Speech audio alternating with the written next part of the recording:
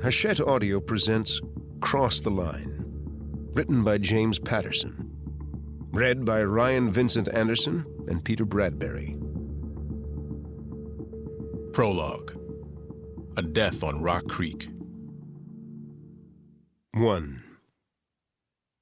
He changed identity like many warriors do before battle. He called himself Mercury on nights like these. Dressed in black, from his visor helmet to his steel-toe boots, Mercury had his motorcycle backed up into a huge rhododendron bush by the Rock Creek Parkway south of Calvert Street. He sat astride the idling bike and cradled a U.S. Army surplus light detection and ranging device. He trained the LiDAR on every vehicle that went past him, checking its speed. 45 miles an hour, on the money. 44, 52... Routine stuff. Safe numbers. Boring numbers. Mercury was hoping to see a more exotic and inflated figure on the screen. He had good reason to believe a bloated number like that would appear before this night was over. He was certainly in the right place for it. Built in the 1920s, Rock Creek Parkway had been designed to preserve the natural scenic beauty of the area. The winding four-lane road ran from the Lincoln Memorial north through parks, gardens, and woods. It was 2.9 miles long and split in northwest D.C. Beach Drive, the right fork, headed northeast, deeper into the park. The parkway itself continued on to the left and curled back northwest to the intersection with Calvert Street. 43 miles an hour, according to the LiDAR display. 47. 45.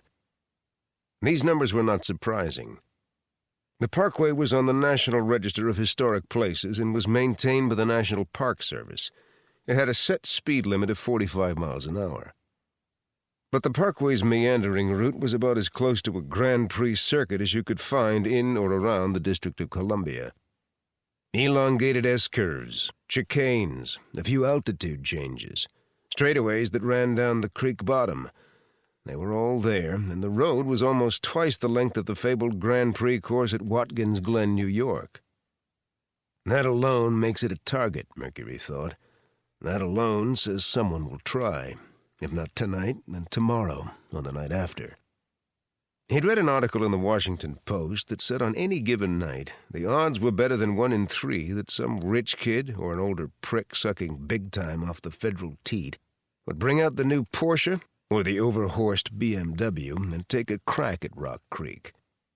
So might the suburban kid who'd snuck out the old man's Audi, or even a middle-aged mom or two. All sorts of people seemed obsessed by it. 1 try every 3 nights, Mercury thought. But tonight the odds were even better than average. A few days ago, a budget crisis had closed the U.S. government. All funding for park law enforcement had been frozen. No salaries were being paid. Park rangers had been sent home for liability reasons. There was no one looking but him. Hours went by. Traffic slowed to a trickle, and still Mercury aimed the LiDAR gun and shot, read the verdict, and waited.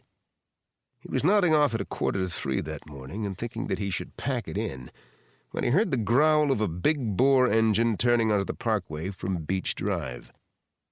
On that sound alone, Mercury's right hand shot out and fired up the bike. His left hand aimed the LiDAR at the growl, which became a whining, buzzing wail of fury coming right at him. The instant he had headlights, he hit the trigger. 72 miles an hour. He tossed the LiDAR into the rhododendrons. He'd return for it later. A Maserati blew by him.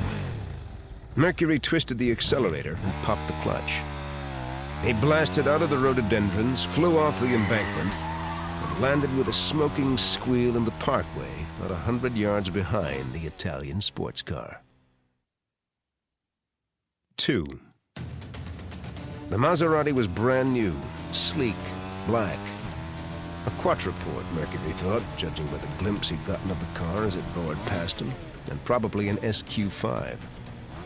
Mercury studied such exotic vehicles.